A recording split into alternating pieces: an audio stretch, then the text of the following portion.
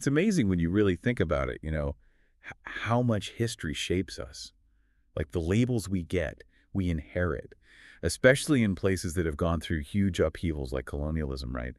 It really makes you think, how does a whole group of people carve out their identity, their place, when the very name they're given is so loaded with, well, all that baggage? You hit the nail on the head, and that's precisely what we're diving into today. We're going deep, really deep, into the intricate and complex identity of colored people in South Africa. And we've got, for you listening, a seriously impressive collection of sources for this one.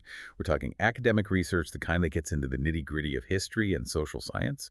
We've got historical context to set the stage, perspectives from media, reflecting what people are saying right now, and even some very personal, very powerful stories that really bring it all to life. Couldn't have said it better myself. So what we're aiming to do in this deep dive, specifically for you listening, is unpack the whole thing. Where did this term colored in South Africa even come from? What are the social and political hurdles, the roadblocks that have shaped it over time? And how is this identity expressed and understood today in the world we live in? It's a journey, a fascinating one, into a subject that's got more layers than an onion, so to speak. Okay, so let's start right at the beginning, like square one. The term colored itself, where on earth did that originate? Well, in a nutshell, it really started with the interracial mixing that happened in the Dutch Cape Colony. Think back to the 17th century. Not long after the Dutch set foot there, it wasn't like a single event, more like different streams converging, all flowing together. Okay, I'm with you. So who were the major players in this early mixing, the main groups? Primarily, you're looking at the Khoi, the original inhabitants of the Cape. And there's this one figure who stands out, a Khoi woman named Kritoa. Her marriage to a Dutch surgeon, a guy named Peter Hafgaard, was actually the very first official interracial marriage in South Africa. You could say she's seen as a key ancestor of the colored community. Then you have the Malay slaves brought over by the Dutch from, well, what we know now as Indonesia, and of course Bantu people from various parts of southern Africa. Oh, and we can't forget there were smaller groups too, from places like Malaysia, Sri Lanka, India, even parts of East and West Africa. So right from the get-go, colored identity was this blend, this complex fusion, not a single heritage.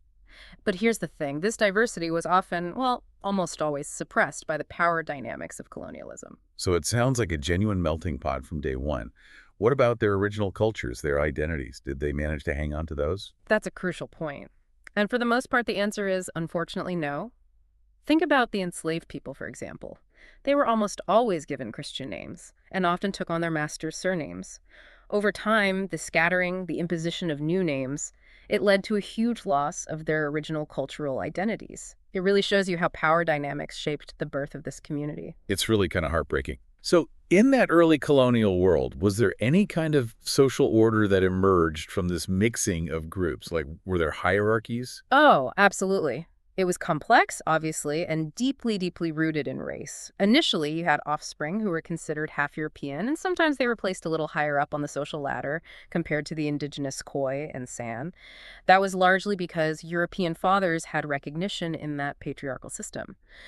But this fluidity, this initial sort of mixing, it didn't last long. What happened? What changed things? Well, 1685, a really big shift. Marriages between Europeans and the Khoi or San. Officially forbidden, off the table. Of course, interracial relationships didn't just stop, they continued, but often outside of formal marriage. We also can't forget the French Huguenots arriving in 1688. They also contributed to this mixed ancestry through relationships, often with slaves, in the areas where they settled. It's like history just kept adding more and more layers to this. Now, fast forward a few centuries. We get to the apartheid era. How did all this history of mixing get, formalized, codified, controlled by the apartheid regime? Well, apartheid took these existing ideas about racial differences and really solidified them into this rigid and brutal system of racial segregation. And the Population Registration Act of 1950, that was the cornerstone. It defined a colored person legally in black and white, but here's the thing. It defined them negatively. It said they were someone who was not a white person or a native. It's almost as if they were defined by what they weren't rather than what they were. That's a pretty disturbing definition, or lack thereof. It sounds, well, dehumanizing, to be honest. Sure. And it really echoes that quote we came across from Maurice de Klerk, doesn't it? Oh, it does, tragically so. Yeah. She had this infamous description of colored people, just calling them leftovers. Like, after the apartheid system had neatly sorted everyone else into their designated racial boxes, they were just, well, what was left over? It really makes you pause and think about the human cost of such cold, calculated categorization. It's hard to even process, really. And the impact of all this, it wasn't just on paper, was it? This categorization had real, tangible, and devastating consequences in people's everyday lives. Absolutely. You can't separate the two. Apartheid was a massive project, a social engineering project on a scale that's hard to grasp. You had entire colored communities forcibly removed from their homes, from vibrant, established areas like District 6 in Cape Town. These neighborhoods, places where people had built their lives, were simply bulldozed. People were uprooted, displaced, relocated to segregated areas, often underdeveloped on the Cape Flats.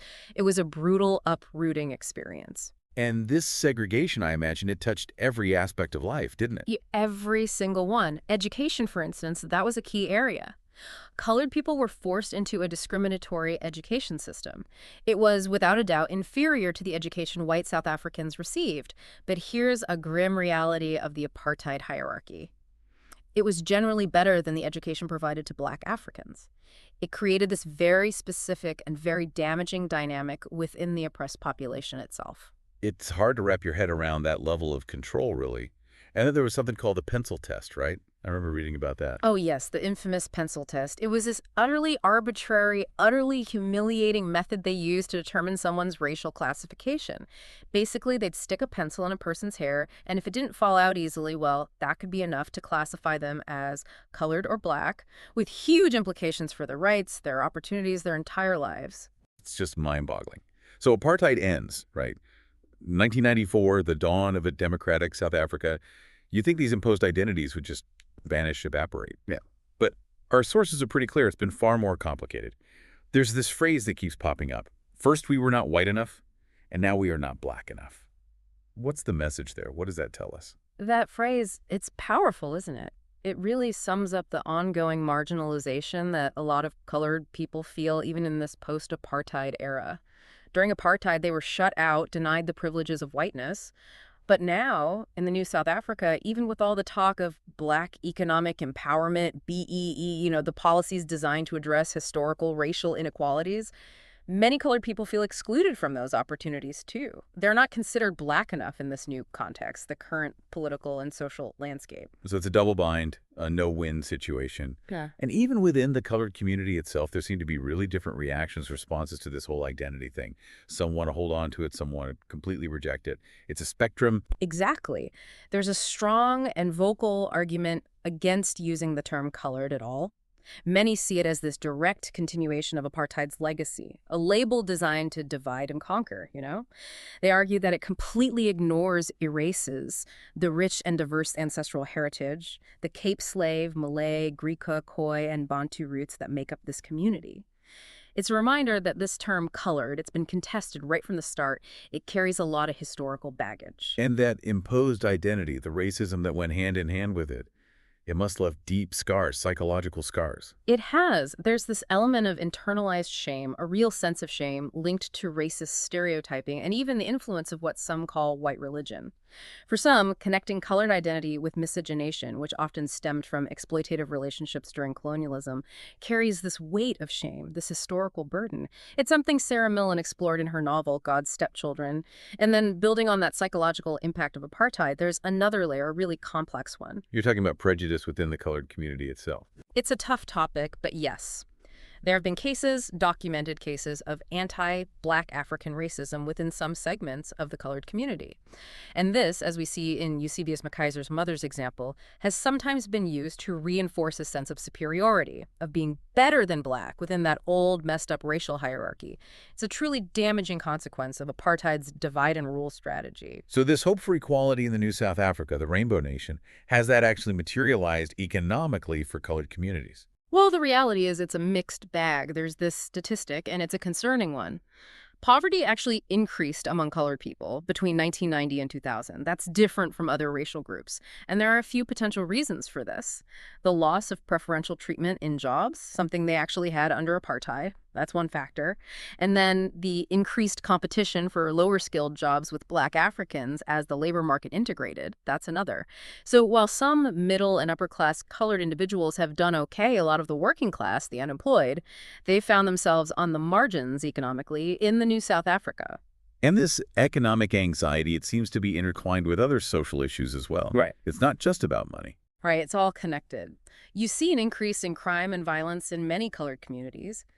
This has its roots in historical factors, things like the disruption of family structures and the internalized abuse under apartheid. But these issues, sadly, haven't gone away and have even been amplified in some ways since 1994. Unemployment, lack of opportunity, these all play a role. It's the long shadow of apartheid still looming large. We also read about the complexities of BEE, Black Economic Empowerment. What's been the impact of that on colored communities? It's a point of contention, a real sore spot. There's this perception, and sometimes it's the reality, that white-owned businesses often prioritize hiring Black Africans to meet BEE requirements. The goal, of course, is to rectify the historical disadvantages faced by the majority population. But this can leave colored individuals feeling overlooked, left behind, even further marginalized. They feel like they're not benefiting from these policies meant to redress historical wrongs. It's a really difficult situation, a real catch-22. And then you have those derogatory remarks that are still hurled at colored people, adding insult to injury. Yeah, it's sad, but it's there. The sources mention those hurtful and completely untrue accusations, being cultureless, products of rape. These are just awful things to say, and they show the deep-seated prejudice, the lack of understanding that still surrounds colored identity and history. So given all this complexity, it makes sense that individuals within the colored community are navigating their identity in so many different ways. Our sources had some interesting frameworks for trying to make sense of it all. They do, they do. Erasmus, for example, he came up with this taxonomy. It ranges from those who are striving for whiteness, to those who are eager to embrace a Black identity, to those who are holding tight to their Khoisan heritage, and those who are trying to transcend race altogether. Reuter, he offers similar variations. An essentialist colored identity, one tied to the history of slavery abolition, a Creole African identity, and a Khoisan identity. It's a spectrum, a really diverse spectrum. And it's not fixed, is it? This identity, it seems very fluid, very much in flux. It is. One source put it perfectly. You might have someone who ticks the colored box on a form but hates the label, while someone else who identifies as just human might still acknowledge being colored in conversation. It's personal, contextual.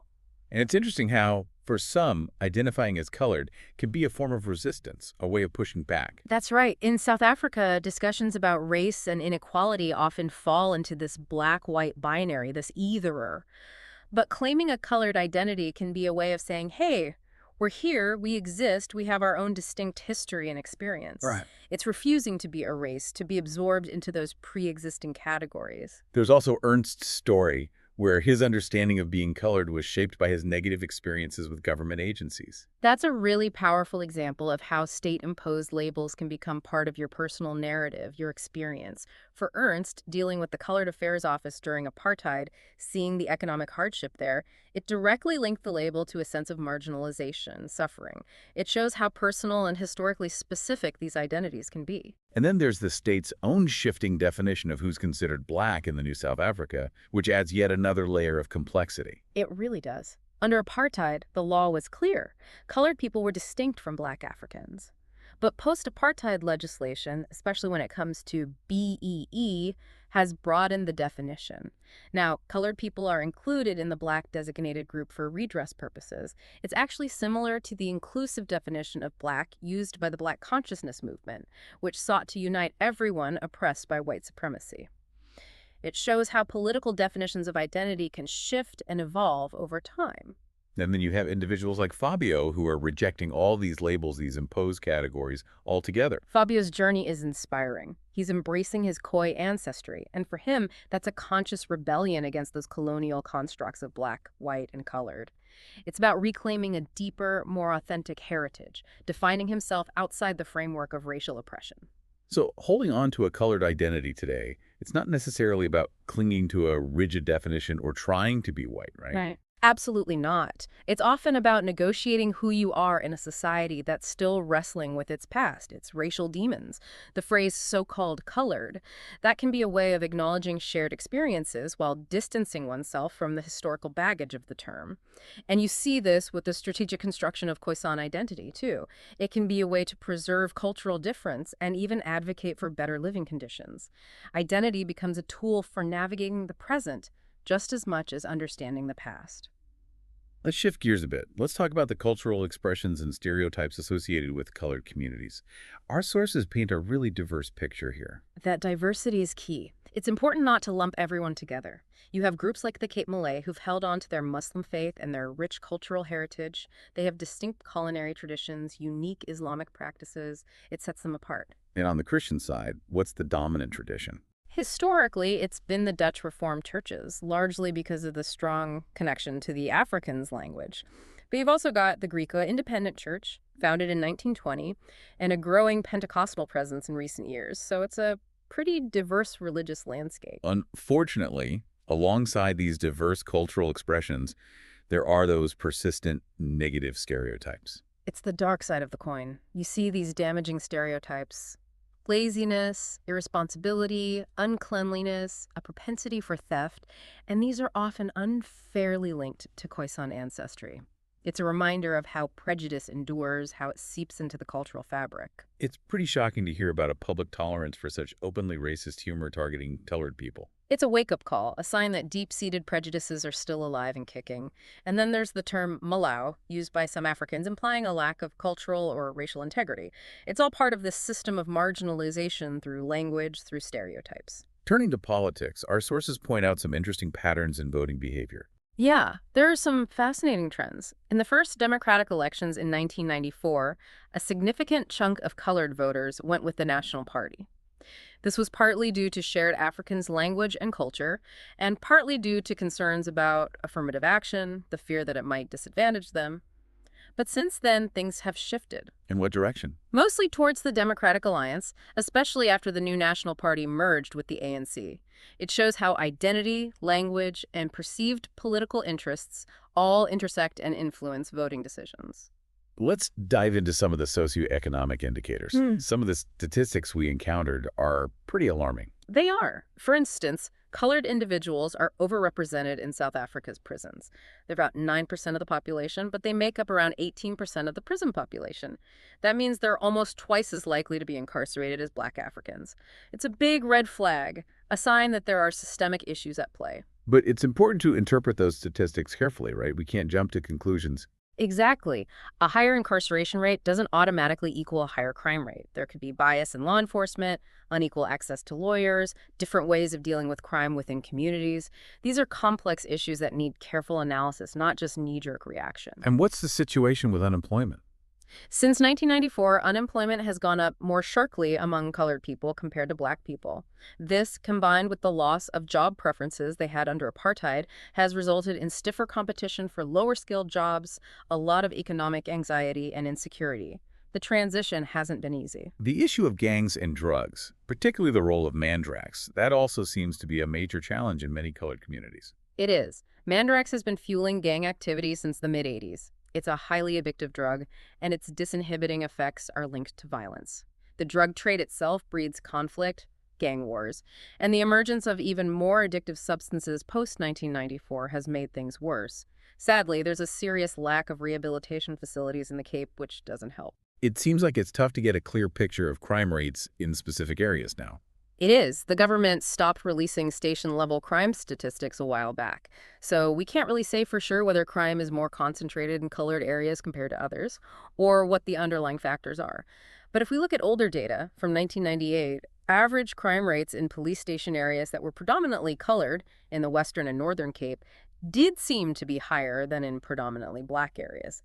But without that current data, it's hard to draw firm conclusions. To wrap up, let's talk about some of the personal stories, the acts of resistance that stood out in our sources. Dennis Kruwagen's DNA test, that was a powerful example. It really was. His DNA revealed a significant Khoisan ancestry, linking him to iconic figures like Nelson Mandela and Desmond Tutu. And for him, that was a turning point. He rejected the colored label and embraced his African identity, highlighting that connection to the land, the heritage that's often ignored. It's a beautiful example of reclaiming a pre-colonial identity. And then you have artists like Benjamin Jefta using their craft, their music, to explore these themes. Exactly. His jazz album, Born Colored, Not Born Free, it's a powerful reflection on the lived experience of being colored in South Africa. Art has this unique ability to spark conversation, to make us think about these complex realities. There's also this longing, this deep desire for a truly united South Africa, a place where your identity isn't a source of division. That's a recurring theme, the dream of a society where everyone feels like they belong, where equality isn't dependent on your racial label. Some even argue that colored South Africans, given their long history in the region, could be considered the truly first South Africans. It's an interesting perspective. And the Afropunk article, it made a really important point about how colored identity is sometimes presented to international audiences, especially in relation to how the term colored is used in the U.S. It's a crucial distinction. The article highlights how colored South Africans have their own distinct history, their own story, and it shouldn't be twisted or watered down because of the negative connotations of the word colored in the U.S. They mention musician Tyla as an example. It's a reminder that racial terms don't translate neatly across borders. They carry different meanings, different baggage, in different contexts. It seems like as South Africa itself changes and evolves, so too does the understanding of colored identity. It's a moving target. It is. You've got some in the community, often those who are better off economically, who are pushing for non-racialism. They see the colored label as outdated, a relic of discrimination. Then you have others, particularly on the Cape Flats, for whom colored identity is a source of strength, community, solidarity.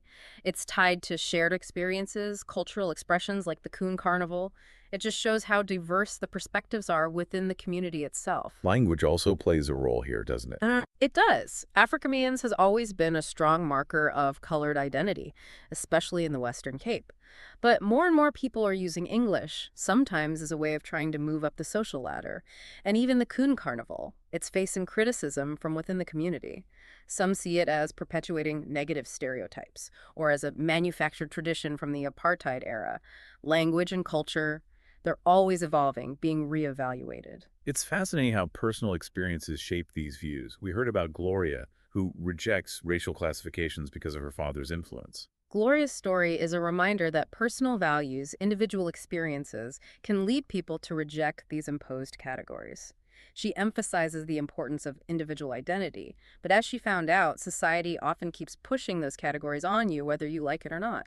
And the fact that some university students are uncomfortable with racial categorization, that speaks volumes about the younger generation trying to make sense of all this. It does. They want to be seen as individuals, not just as representatives of a racial group. And you see programs like Rashad's, which encourage colored teenagers to question these labels and see themselves as part of a broader national community.